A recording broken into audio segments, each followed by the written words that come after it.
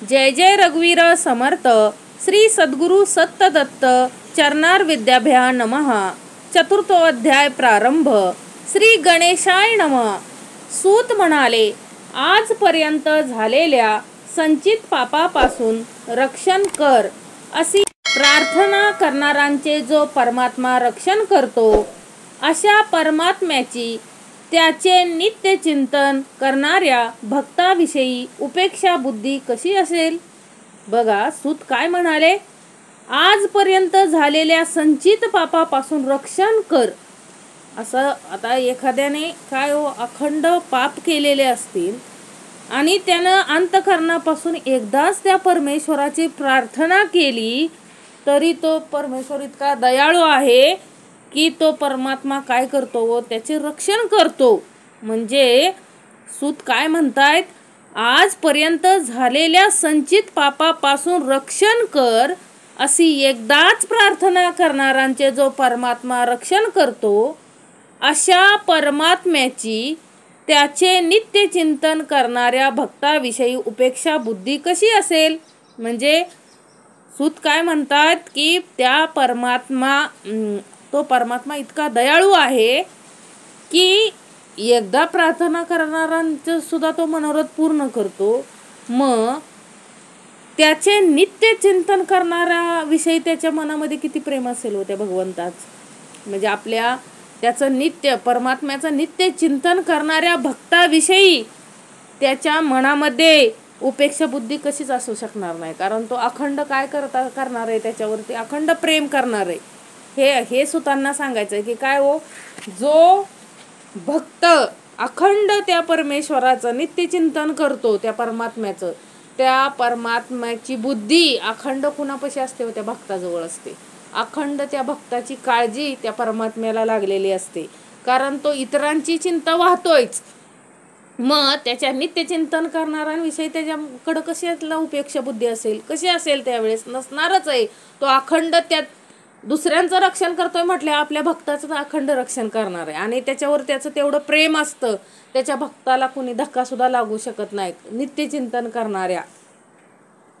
इकडे हुंडासुराने ते अर्भक नेले असता प्रातःकाली प्रस्वापिनी विद्येमुळे आलेली निद्रा दूर झाल्यावर सर्व लोक जागे झाले। आता परत कुठं आलो, हुंडासूर तिथून निघून आला। कुठून?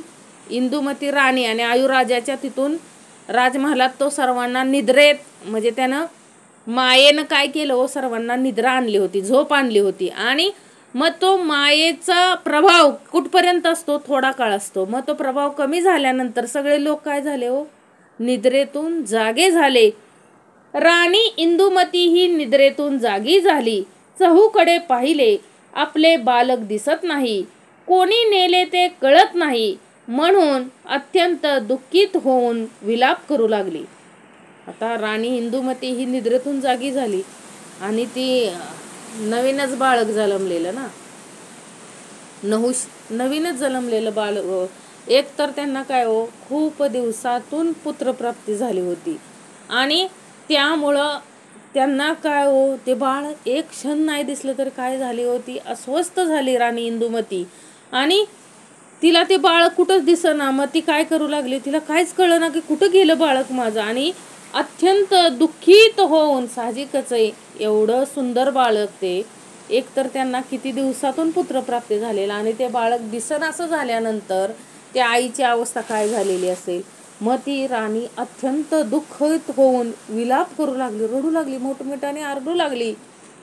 माझा सर्व लक्षणांनी युक्त देवपुत्राप्रमाणे असणारा श्री सद्गुरु सत्त दत्तात्रेयांनी दिलेला व रक्षिलेला पुत्र कसा बरे नेला, कशासाठी नेला। म्हणजे तिला लक्षात आलं की काय हो, आपला मुलगा काय झालाय, आपल्या मुलाचं अपहरण झालंय हे तिला लक्षात आलं।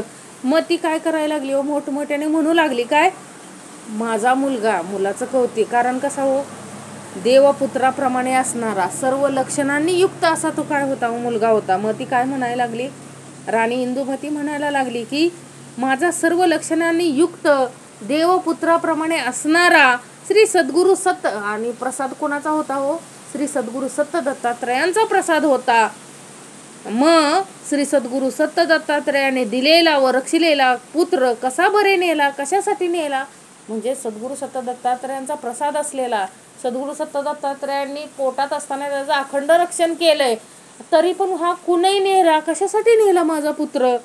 हाय हाय हे पुत्रा गुणनिदाना तू कोठे आहेस, असा विलाप करताना ती राणी मूर्छित झाली. म्हणजे काय हो, तिला काय झालं, अत्यंत दुःख झालं आणि त्या दुःख विलापाने ती काय करत होती, हाय हाय हे पुत्रा गुणनिधाना तू कोठे आहेस म्हणून काय हो मोठमोठ्याने आरडत होती. आणि तेवढ्या वेळात तिला काय झाली, राणी काय चक्कर येऊन पडली.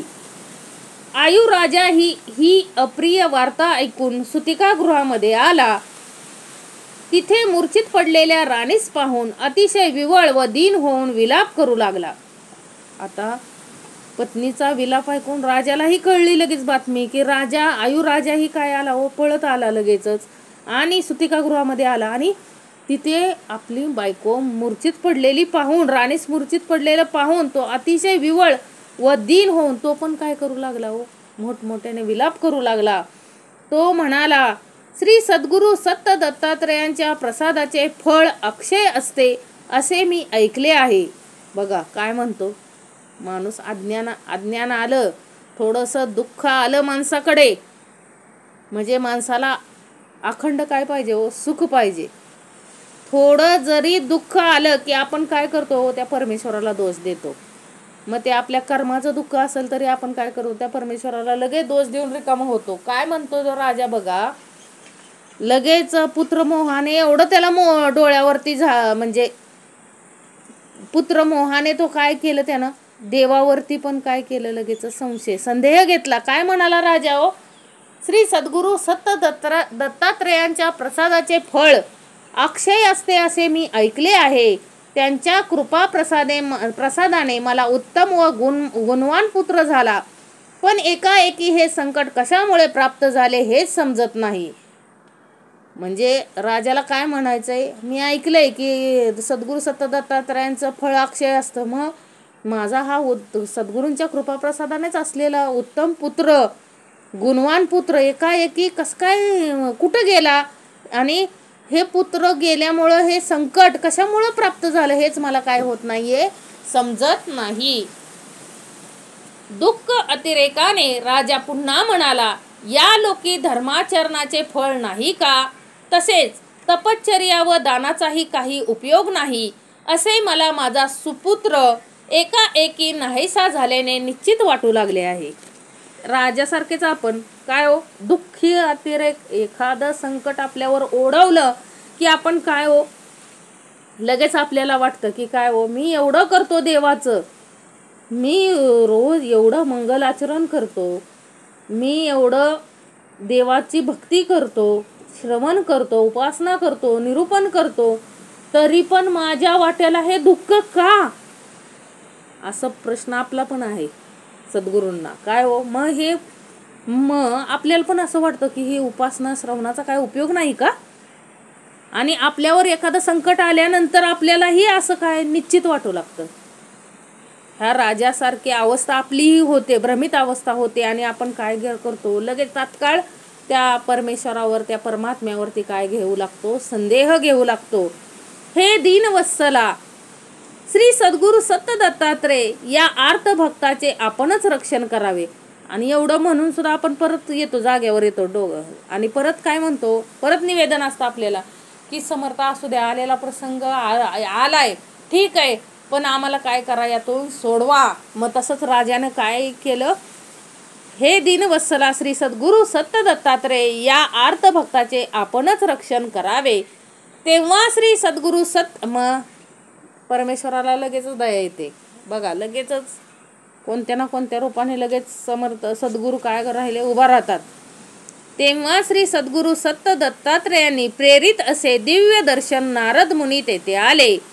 हरिभक्त नारद मुनींना येताना पाहून आयुराजा त्यांना सामोरा गेला व त्यांचे यथाविधी पूजन करून आपले दुःख त्यांना निवेदन केले.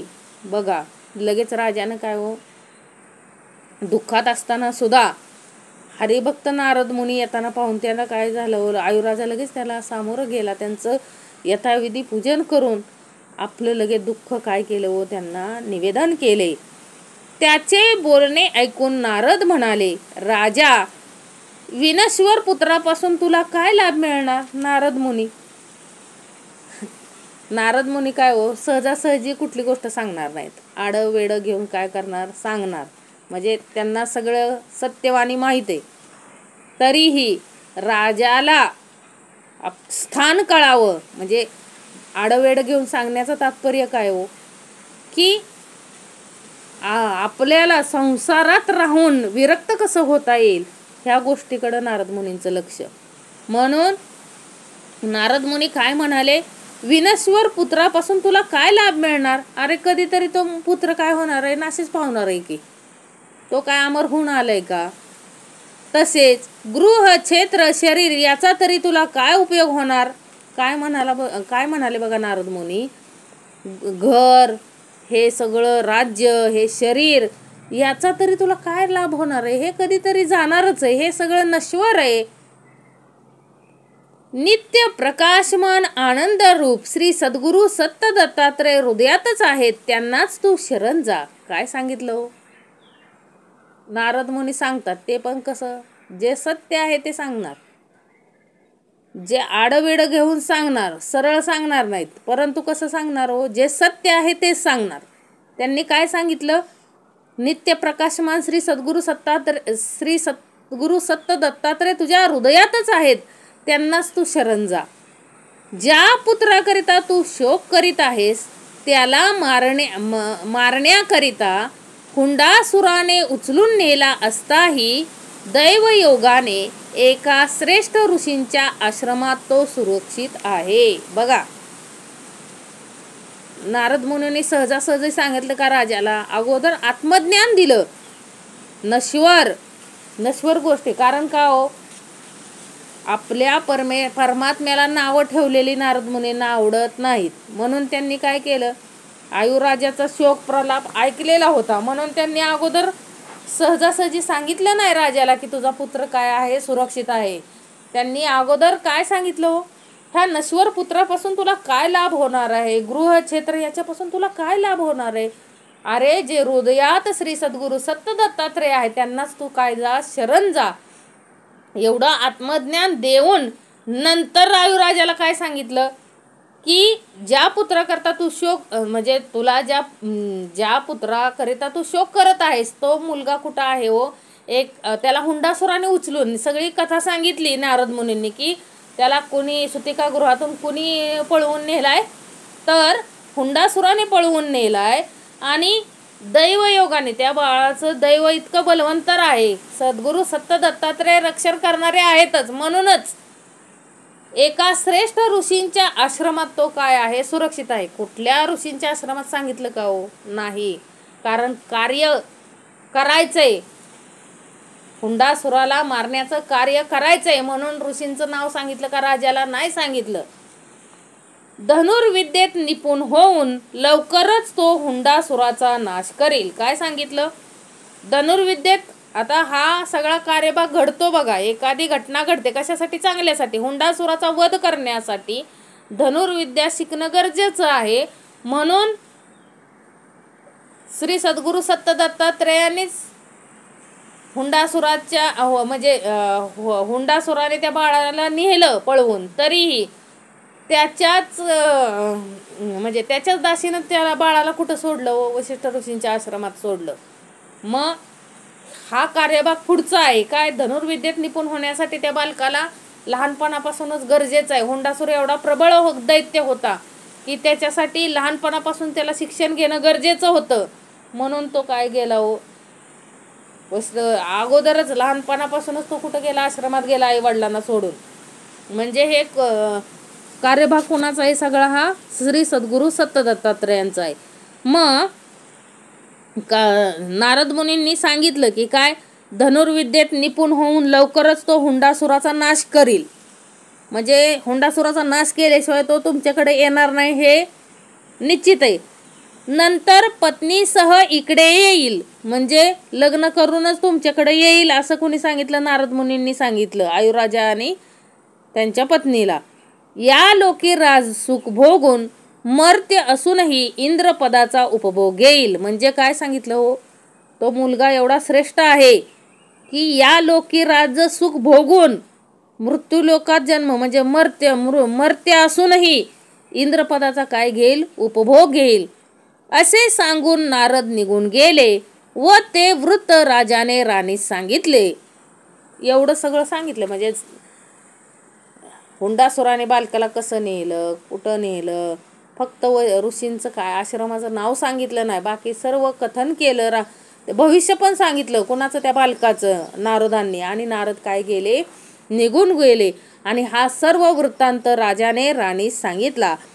हे प्रिये, देव ऋषींची वाणी सत्य आहे, तसेच श्री सद्गुरू सत्त दत्तात्रेयांचा वरही सत्यच आहे. म्हणजे सांगायला यावं लागतं कुणाला तरी. नारद मुनी सांगायला आले त्यावेळेस राजाला पटलं की काय हो, श्री सद्गुरू सत्त दत्तात्रेय म्हणजे देव ऋषींची वाणी सत्य आहे, तसे श्री सद्गुरू सत्त दत्तात्रेयांचा वरही काय आहे, सत्यच आहे. श्री सद्गुरू सत्त दत्तात्रेयांचा प्रसाद खोटा कसा बरे होईल. बघा, बदलणारे, आपण बदलणारे. काय म्हणाल, लगेच म्हणाला राजा. मगाशी काय म्हणाला हो, आपणच बघा, तपश्चर्या दानाचाही काही उपयोग नाही, या लोकी धर्माचरणाचे फळ नाही असा म्हणणारा राजा ज्यावेळेस अंतरे आत्मज्ञान दिलं समर्थांनी, श्री सद्गुरू सत्त दत्तात्रेयांनी, त्यावेळेस नारद मुनींच्या रूपानं काय दिलं व आत्मज्ञान दिलं. त्यावेळेस आता काय म्हणतोय, श्री सद्गुरू सत्त दत्तात्रेयांचा प्रसाद खोटा कसा बरे होईल. म्हणून शरीर शोषण करणारा शोक तू सोडून दे. देव ऋषी नारदावरील विश्वासामुळे श्री सद्गुरू सत्त दत्तात्रेयांचे महात्म्य स्मरण करून त्यांचे पूजन करून ते राजा राणी सुखी झाले. नारद मुनी आल्यामुळं त्यांच्या मनातला काय गेला हो, संदेह गेला. आपलं बालकाला काय जिवंत आहे का, मृत्यू आहे का, कोणी नेलं, हे सगळं काय कळालं त्यांना. मग ते काय झाले, निवांत झाले राजा राणी. आणि श्री सद्गुरू सत्त दत्तात्रेयांचे स्मरण करून त्यांचे पूजन करून ते राजा राणी काय झाले, सुखी झाले. या उपासनेच्या प्रभावाने प्रेरित झालेले मुनिश्रेष्ठ वसिष्ठ एके दिवशी नहुषाला बोलावून म्हणाले. मुनिश्रेष्ठ वसिष्ठ ऋषींच्याच आश्रमात कोण, नहुष होता. मग त्या नहुषाला उपासनेच्या प्रभावाने प्रेरित होऊन एक दिवस वसिष्ठ ऋषींनी काय केलं, नहुषाला बोलावलं आणि म्हणाले, हे नहुषा, तू आयु राजा व इंदुमती राणी यांचा पुत्र आहेस. हा मुलगा हुंडासुराला मारील. हे चारणांचे बोलणे ऐकून मृत्यूच्या भीतीने तुलाच मारून टाकण्यासाठी हुंडासुराने सुतिकागृहातून उचलून घरी नेले. नंतर तुला ठार मारण्यासाठी आचार्याजवळ दिले, पण सुदैवाने त्या आचार्यालाच दया उत्पन्न होऊन त्याने तुला या आश्रमात आणून ठेवले. काय सांगितलं हो, नहुषाला पण माहित नव्हतं की आपण म्हणजे नहुषाला आपला जन्मवृत्तांत काही माहीत नव्हता. वसिष्ठ ऋषींनी एक दिवस नहुषाला बोलवले आणि सांगितलं की काय बाळा, तू आयु राजा व इंदुमती राणी यांचा पुत्र आहेस. तुला म्हणजे जो काही घडलेला वृत्तांत आहे की हुंडासुराला मारील, हा मुलगा हुंडासुराला मारील, हे चारणांचे बोलणे ऐकून मृत्यूच्या भीतीने तुलाच मारून टाकण्यासाठी हुंडासुराने काय केलं हो, हुंडासुराने तुला उचलून आणलं आणि आचार्याजवळ दिलं. परंतु काय हो, आचार्याचं आपल्याला माहिती आहे, आचार्याचं शस्त्रच मोडलं. म्हणून आचार्याला आणि त्या दासीला दया उत्पन्न झाली आणि त्यांनी नहुषाला कुठं नेऊन ठेवलं हो, वसिष्ठ ऋषींच्या आश्रमात आणून ठेवले. मग परत हे म्हणजे सर्व घडलेला वृत्तांत वसिष्ठ ऋषींनी कोणाला सांगितला, नहुषाला सांगितला. लहानपणी त्याच्या घडलेला सर्व वृत्तांत नहुषाला सांगितला आणि काय म्हणाले, हे चंद्रवंशास भूषण असणाऱ्या वत्सा, तुझे पालन पोषण आजपर्यंत आमच्याकडून झाले. काय सांगितलं, हे चंद्रवंशास भूषण असणाऱ्या वत्सा, तुझे पालन पोषण आजपर्यंत आमच्याकडून झाले. तथापि तू खरा क्षत्रिय आहेस, म्हणून हिंस्र पशूंचा नाश करण्यासाठी तू मृगया कर. काय सांगितलं हो? तू काय आहेस? तू खरा क्षत्रिय आहेस. तुझं पालन पोषण जरी आजपर्यंत आम्ही केलेलं असेल तरी पण तू कोण आहेस? क्षत्रिय आहेस. म्हणून हिंस्र पशूंचा नाश करण्यासाठी तू मृगया कर. हे आयुष्यमान महाभव, धनुर्विद्या निष्णात अशा नहुषा, श्री सद्गुरु सत्त दत्तात्रय तुझे पाठीराखे असल्यामुळे तू लवकर जाऊन हुंडासुराचा नाश कर. काय सांगितले? हे आयुष्यमान महाभव. वशिष्ठ ऋषींना माहित आहे की म्हणजे नहुषाचं काय भविष्य आहे ते वशिष्ठ ऋषींना माहित आहे. म्हणून काय म्हणाले ते, हे धनुर्विद्या म्हणजे त्याला काय केलं, सर्व शिक्षण दिलं होतं वशिष्ठ ऋषींनी. पूर्ण धनुर्विद्या निष्णात होता तो नहुष. आणि अशा नहुषाला ते म्हणाले की धनुर्विद्यात निष्णात अशा नहुषा, श्री सद्गुरु सत्त दत्तात्रय तुझे पाठीराखे असल्यामुळे तू लवकर जाऊन हुंडासुराचा काय कर? नाश कर. म्हणजे त्याची विद्या काय झाली? आता पूर्ण झालेली आहे. ब्राह्मण देव हे सर्व संकटापासून तुझे रक्षण करोत. तो हुंडासूर निष्प्रभ हो, तुला पूर्ण विजय प्राप्त हो. काय सांगितलं? ब्राह्मण देव सर्व संकटापासून तू आशीर्वाद दिला बघा सद्गुरूंनी. वशिष्ठ म्हणजे कोण? सद्गुरू. सद्गुरूंनी काय आशीर्वाद दिला? सर्व संकटापासून सगळं देव ब्राह्मण तुझे रक्षण करोत. तो हुंडासुराचा काय होऊ? हुंडासुराचा पराभव हो आणि तुला काय हो? पूर्ण विजय प्राप्त हो. असे सांगून श्री सद्गुरु सत्त दत्तात्रयांनी त्याला युद्धाकरिता पाठवले. असे सांगून वशिष्ठ ऋषींनी त्याला कुठं पाठवले? वशिष्ठ ऋषींनी त्याला नहुषाला युद्ध, सद्गुरु सत्त दत्तात्रयांची आज्ञा घेऊन वशिष्ठ ऋषींनी नहुषाला कुठं पाठवले? युद्धाकरता पाठवले. ज्याला सर्वांचा आशीर्वाद मिळाला आहे असा नहुष श्रद्धा भक्तीपूर्वक श्री सद्गुरु सत्त दत्तात्रयांना नमस्कार करून श्री सद्गुरु सत्त दत्तात्रयांचे स्मरण करून म्हणाला. आता सर्वांचा आशीर्वाद मिळाला नहुषाला आणि नहुष पण कसा हो? श्रद्धा भक्तीपूर्वक श्री सद्गुरु सत्त दत्तात्रयांचं काय करायचा? पूजन करायचा.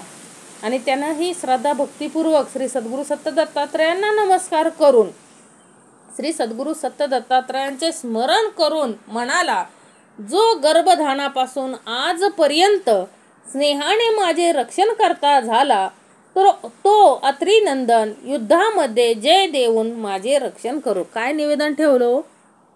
अहो, जन्म गर्भापासून जो माझं रक्षण करतो, ज्यानं स्नेहानं माझं रक्षण केलंय गर्भधानापासून. म्हणजे आपल्याला माहित आहे दुष्ट स्वप्न दाखवत होता हुंडासूर.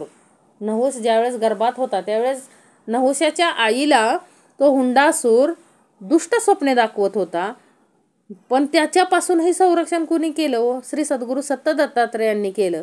म्हणून नहुषानं निवेदन ठेवताना काय ठेवलं बघा, जो गर्भधानापासून आजपर्यंत स्नेहाने माझे रक्षण करता झाला तो अत्रिनंदन युद्धामध्ये जय देऊन माझे रक्षण करो. बघा काय सांगितलं? युद्धामध्ये जय देऊन विजय बी मिळावा, रक्षण पण व्हावं. म्हणजे किती उत्तम निवेदन मांडले बघा. याप्रमाणे बोलून तो नहुष हुंडासुराला मारण्यासाठी निघाला. त्यावेळी देवांनी पुष्पवृष्टी केली व ऋषींनी आशीर्वाद दिला. याप्रमाणे बोलून तो नहुष काय हो? निवेदन ठेवलं आणि नहुष कुठं निघाला? हुंडासुराला मारण्यासाठी निघाला. त्यावेळेस लगेच देवांनी काय केली? व पुष्पवृष्टी केली, ऋषींनी आशीर्वाद दिला.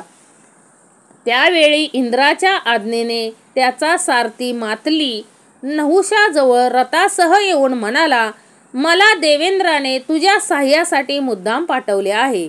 देवांनी पण साह्य करायला सुरुवात केली. लगेचच इंद्रदेवाने काय पाठवला हो? सारथी मातलीसह रथ पाठवला युद्धासाठी. कोणासाठी? नहुषासाठी. म्हणून मी आणलेल्या या दिव्य अश्व जोडलेल्या रथामध्ये बसून हुंडासुराचा तू नाश कर. आणि तो मातली काय म्हणाला? या दिव्य अश्व जोडलेल्या रथामध्ये बसून तू हुंडासुराचा काय कर? नाश कर. हे ऐकून नहुष आनंदित झाला व नमस्कार करून रथामध्ये बसला. वेदोक्त मंत्राने सिद्ध होऊन चिलकत घालून हुंडासुराला मारण्यासाठी निघाला, तेव्हा त्याच्या साह्यास देव सैनिकही निघाले. बघा, लगेचच तो नहुष नुसता युद्धाला निघाला की लगेच कोण आले हो त्याच्या साह्याला? देवेंद्रांनी काय पाठवला? त्याच्यासाठी रथ पाठवला, सारथीसह रथ पाठवला. आणि देव सैनिकही काय आले हो? हुंडासुराचा नाश करण्यासाठी नहुषाबरोबर आले. नहुषाचे सैनिक सिद्ध, गुह्य, गंधर्व, यक्ष, विद्याधर, सर्प यांनी केलेला कलकलाट ऐकून भयभीत झालेला हुंडासूर म्हणाला. आता नहुषाचे सैनिक सगळे काय हो? साहजिकच आहे, देव सैनिक म्हणजे कोण? सिद्ध, गुह्य, गंधर्व, यक्ष, विद्याधर, सर्प.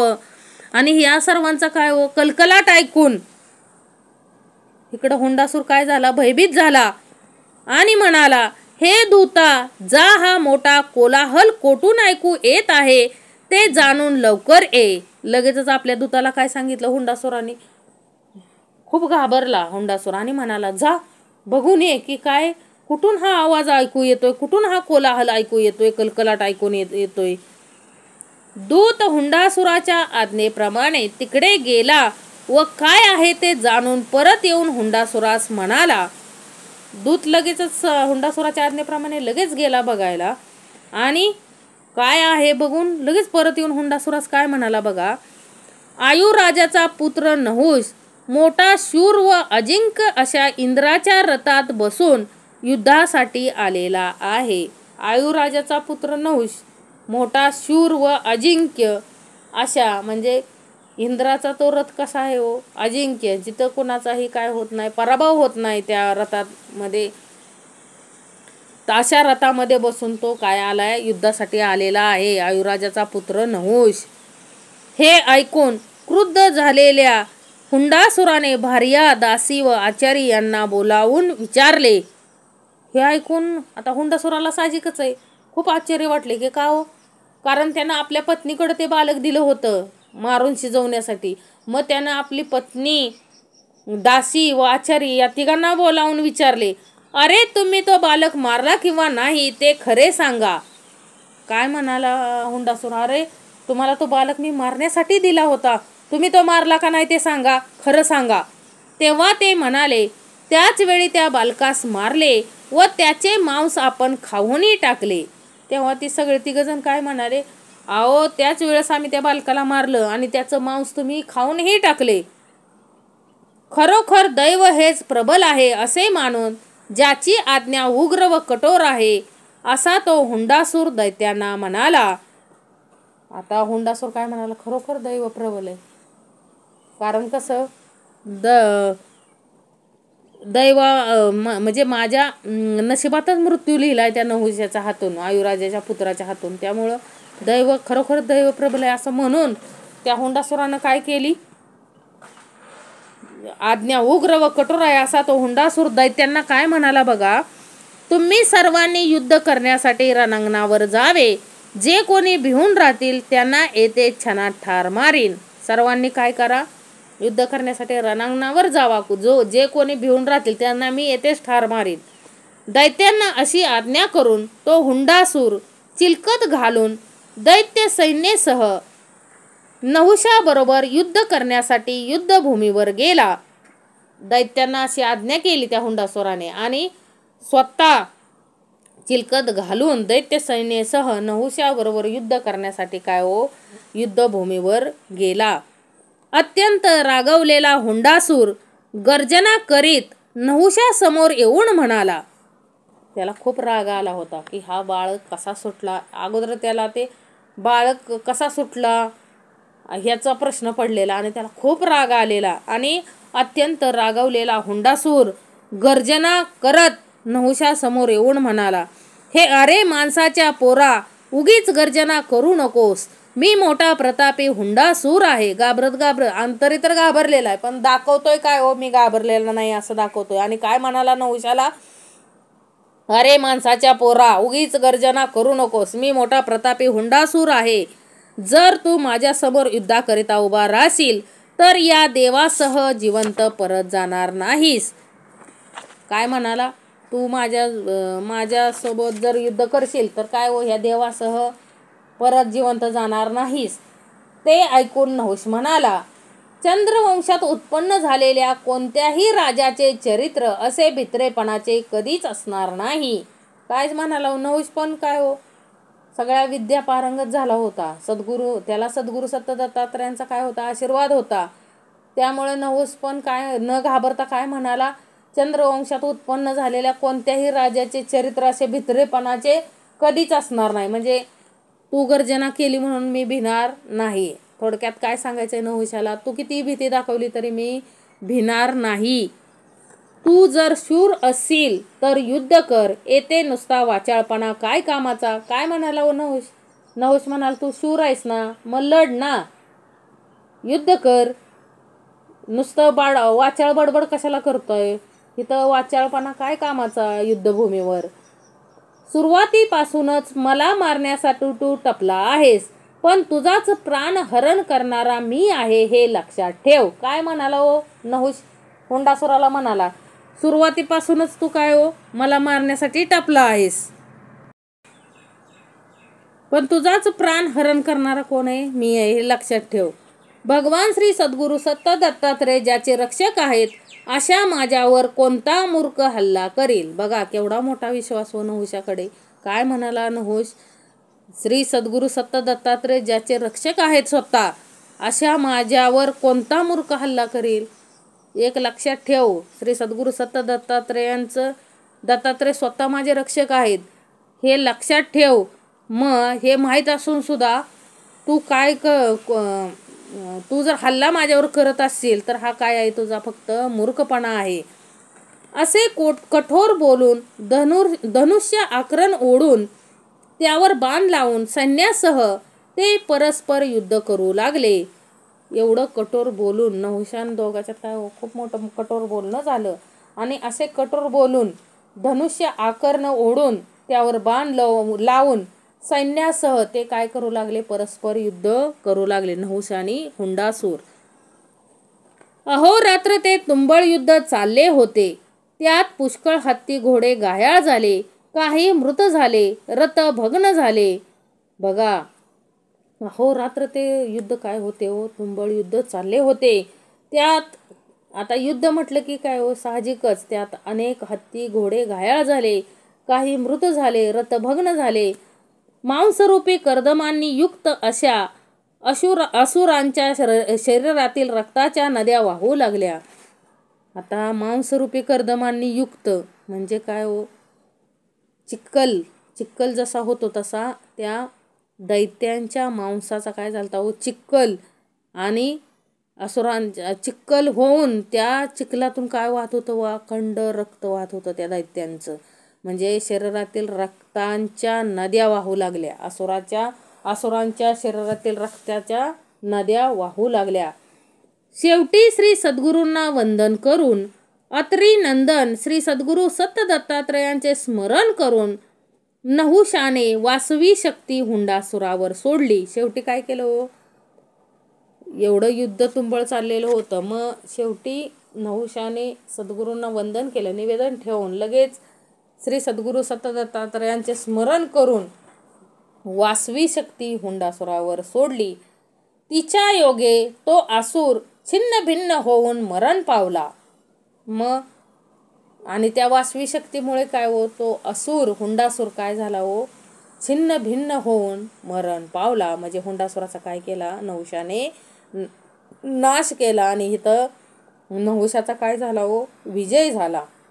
कुणामुळे झाला हो, फक्त श्री सद्गुरू सत्त दत्तात्रेयांमुळे झाला. यानंतर रंभेला बरोबर घेऊन अशोक सुंदरी विजयी नहुषाजवळ येऊन म्हणाली. त्यानंतर अशोक सुंदरी रंभेला बरोबर घेऊन आली आणि विजयी नहुषाजवळ येऊन काय म्हणाली, हे नहुषा, मी तुझी धर्मपत्नी आहे, म्हणून तू माझ्या बरोबर विवाह कर. काय म्हणाले, डायरेक्टच काय म्हणाले अशोक सुंदरी, हे नहुषा, मी तुझी काय आहे, धर्मपत्नी आहे, म्हणून तू माझ्या बरोबर काय कर, विवाह कर.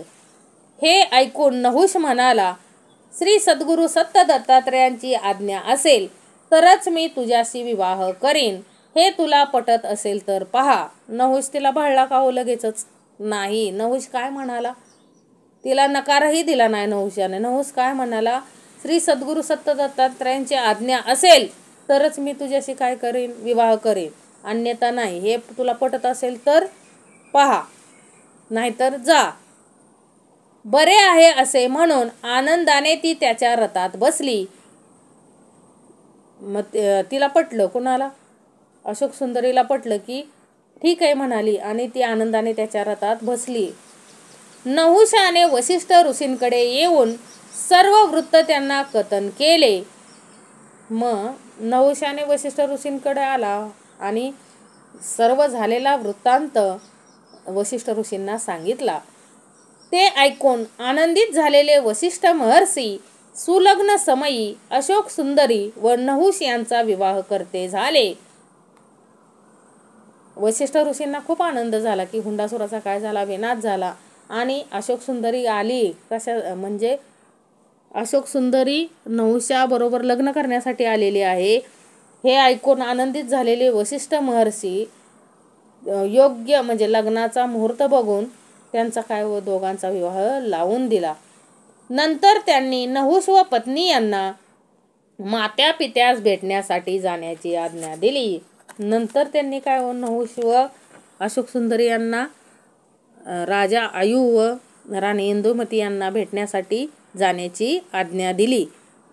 वसिष्ठ ऋषींना नमस्कार करून प्रभेसह प्रकट होणाऱ्या सूर्याप्रमाणे आपल्या भार्येसह रथारूढ होऊन नहुष मात्या पित्याकडे येऊन त्यांना नमस्कार करून त्यांचा शोक नाहीसा करता झाला. बघा किती कधी आला हो? जन्मल्यानंतर जो नहुष गेलेला वसिष्ठ ऋषींच्या आश्रमात तो कधी आला? हुंडासुराला मारून भार्येसह म्हणजे हुंडासुराला त्यानं मारलं आणि अशोक सुंदरी बरोबर वसिष्ठ ऋषींनी त्याचा विवाह लावून दिला. आणि वसिष्ठ ऋषींनी आज्ञा दिल्यानंतर भार्येसह कुठं आला हो? नहुष आपल्या आई वडिलांकडे येऊन त्यांचा शोक नाहीसा करता झाला. श्री सद्गुरू सत्त दत्तात्रयांची कृपा व सद्गुरू वचन यांची आठवण होऊन रती मदनाप्रमाणे असलेल्या आपल्या सुनेला व मुलाला पाहून राजा राणी आनंदित झाले.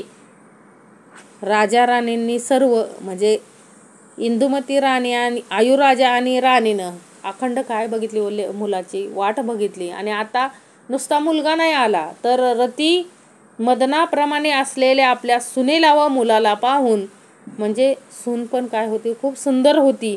आणि अशी सुंदर मुलगी, सुंदर सून आणि मुलगा आपला पाहून दोघेही राजा राणी काय झाले हो? आनंदित झालेले. आयुराजाने त्या नहुषाचा यथाविधी राज्याभिषेक केला व त्या राज्याचे रक्षण नहुषाने उत्तम प्रकारे यथाशास्त्र केले. आयुराजाने लगेच काय केला हो? नहुषाचा यथाविधी राज्याभिषेक केला व त्या राज्याचे रक्षण नहुषानं पण काय केलं हो? यथाशास्त्र उत्तम प्रकारे त्या राज्याचं काय केलं हो? रक्षण केलं. सम्राट नहुष इहलोकी उत्तम सुख भोगून त्याच देहाने चिरकालपर्यंत इंद्रपदाचाही उपभोग घेता झाला. नहुषानं काय हो? नुसतं पृथ्वीतलावरच राज्य उपभोगलं नाही तर काय कुठलं भोगलं हो? तर इंद्रपदाचं म्हणजे शरीर मृत्यू लोकात जन्म घेऊनही म्हणजे म्हणजे मर्त्य असूनही त्यानं काय केलं हो? इंद्रपदाचाही काय घेतला? उपभोग घेतला आणि चिरकालपर्यंत. नंतर आयुराजाने यथाशास्त्र वानप्रस्थाश्रम स्वीकारून पत्नीसह वनामध्ये वास्तव्य केले. नंतर आयुराजा राणी अत्रितनय श्री सद्गुरू सत्त दत्तात्रयांच्या नित्य ध्यान प्रभावाने अक्षय अशा सायुज्य मुक्तिप्रत प्राप्त झाला. काय केलं? आयुराजा राणींचं त्यांनी सद्गुरू सत्त दत्तात्रयांची पूजा केली होती अगोदर आणि त्या पूजेच्या प्रभावाने त्यांना काय झालं हो, नहुषाच्या रूपाने पुत्रप्राप्ती झालेली. आणि त्यांना हवा तसा नहुष काय होता हो, त्यांचा पुत्र होता. मग त्या आयु राजा राणीचं सर्व इच्छा पूर्ण झाल्या म्हणून त्यांनी काय केलं हो, वानप्रस्थाश्रम स्वीकारून त्यांनी काय केलं हो, अखंड श्री सद्गुरु दत्तात्रेयांचं नित्य ध्यान केलं. आणि त्यामुळं ते कुठं त्यांना ध्यान प्रभावाने त्यांना काय मिळाली हो, अक्षय अशा सायुज्य मुक्ती प्रत प्राप्त झाला. त्यांना काय मिळाले, दोघांना सायुज्य मुक्ती मिळाली. अर्थार्थी भक्त नहुषही श्री सद्गुरु सत्त दत्तात्रेयांची उपासना करून सर्व ऐहिक सुखाचा उपभोग घेऊन मुक्त झाला. म्हणजे नुसतं आयुराजा आणि राणीच मुक्त झाले नाहीत, तर नहुषही सायुज्य मुक्तीला काय झाला, प्राप्त झाला. असा श्री सद्गुरु सत्त दत्तात्रेयांचा महिमा आहे. त्यांचा कुणीही भक्त नाश पावत नाही, तर उत्तरोत्तर कल्याणासच प्राप्त होतो. म्हणजे असा श्री सद्गुरु सत्त दत्तात्रेयांचा काय आहे हो, महिमा आहे. त्यांचा कुणीही भक्त नाश पावत नाही, तर काय हो, प्रत्येकाला काय मिळणार आहे, सायुज्य मुक्ती मिळणार आहे. उत्तरोत्तर कल्याणासच काय होतो, प्राप्त होतो. इति श्री सद्गुरु सत्तदत्त पूजा चतुर्थो अध्याय.